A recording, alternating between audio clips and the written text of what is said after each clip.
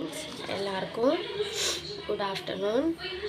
எனக்கு ஒரு 2 டேஸாக ரொம்பமா கோல்ட் அண்ட் ஸ்காஃபாக இருக்குது ஃப்ரெண்ட்ஸ். இப்போ நான் ஹோம்மேட் ரெமெடி தான் செய்ய போகிறேன்.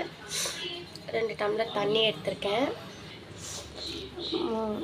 இந்த பட்டை, ஒரு பெரிய பட்டை எடுத்து இடித்து வச்சுருக்கேன். 3 லவங்கம், ஒரு ஏலக்காய், இதை லைட்டாக இடித்து வச்சுருக்கேன். இதை ஆட் பண்ணிடலாம். அப்புறமா ஒரு 6 மிளகு, சீரகம் லைட்டாக இடித்து வச்சுருக்கேன், அதையும் இதில் ஆட் பண்ணிடலாம். அப்புறமா இஞ்சியும் எடுத்து நசுக்கி வச்சுருக்கேன், இதையும் இதில் ஆட் பண்ணிடலாம். அப்புறமா ஒரே ஒரு துளசி எடுத்து வச்சுருக்கேன், இதையும் இதில் ஆட் பண்ணிடலாம்.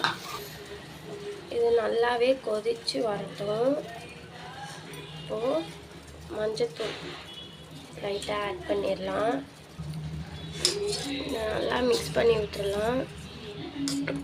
இந்த மாதிரி வீட்லேயே நீங்கள் ரெடி பண்ணி ஹாஸ்பிட்டல்லாம் போகாமல் வீட்லேயே இந்த மாதிரி இருக்கிறத வச்சு கஷாயம் ரெடி பண்ணி குடிச்சிங்கன்னா கண்டிப்பாக தலைவலி பாரமாக இருக்கிறது, கோல்டு இருக்கிறது, இருமலாக இருக்கிறது எல்லாமே கொஞ்சம் கண்ட்ரோலுக்கு வரும்.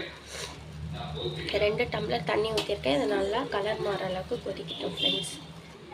இங்கே பாருங்கள் ஃப்ரெண்ட்ஸ், நல்லாவே கொதித்து கலரும் இந்த அளவுக்கு வந்துடுச்சு. இதை நம்ம ஃபில்ட்ரு பண்ணிடலாம்.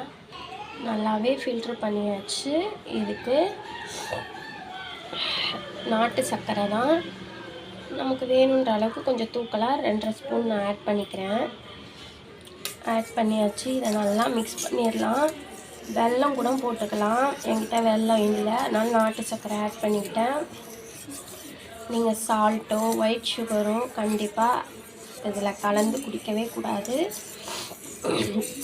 இந்த மாதிரி குடிச்சிங்கன்னா கண்டிப்பாக உங்களுக்கு இம்ப்ரூவ்மெண்ட் தெரியும். மார்னிங்கு நைட்டு ஒரு வேளை குடித்தா கூட போதும், நல்லாவே இதிலேருந்து ரிலீஃப் ஆகிடலாம். இந்த ரெசிபி உங்களுக்கு பிடிச்சிருக்கோன்னு நினைக்கிறேன். நீங்களும் இதை ட்ரை பண்ணிவிட்டு கமெண்ட் பண்ணுங்கள், ஷேர் பண்ணுங்கள், சப்ஸ்கிரைப் பண்ணுங்கள், லைக் பண்ணுங்கள் friends. Okay friends, bye bye, see you, take care.